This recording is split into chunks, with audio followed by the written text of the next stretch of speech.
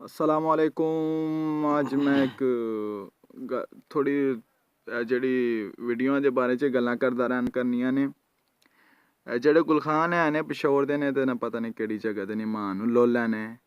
इन्हां दी वजह तो अज सानू पता नहीं की साढ़े पाक आर्मी नाल हुंदा रैंह्दा है।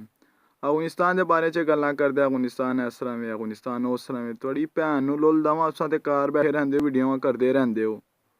थोड़ी मां नूं लुल दवां, अजकल जेह्ड़ी साढ़े बार्डर च पाक आर्मी फड़ी जांदी है, अफगानिस्तान जेह्ड़ा फड़ना उन्हां दा गला घाट छड्डदे ने। मां नूं लुल लैने, ओह् टांका नाल बन के फाड़ छड्डदे ने उन्हां नूं।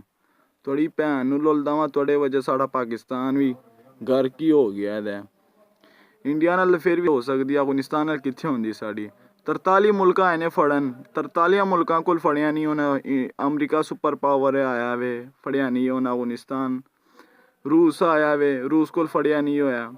थोड़ी भैन नूं लुल दवां, थोड़े वजह तो साढ़ी पाक आर्मी मरदी बार्डरां च।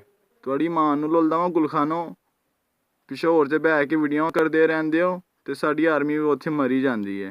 थोड़ी मां नूं लुल दवां, किस गंदी नस्ल दे, केह्ड़ी गंदी नस्ल तो निकले हो तुस। थोड़ी भैन नूं लुल दवां, किसी गश्ती मां दे बच्चेओ।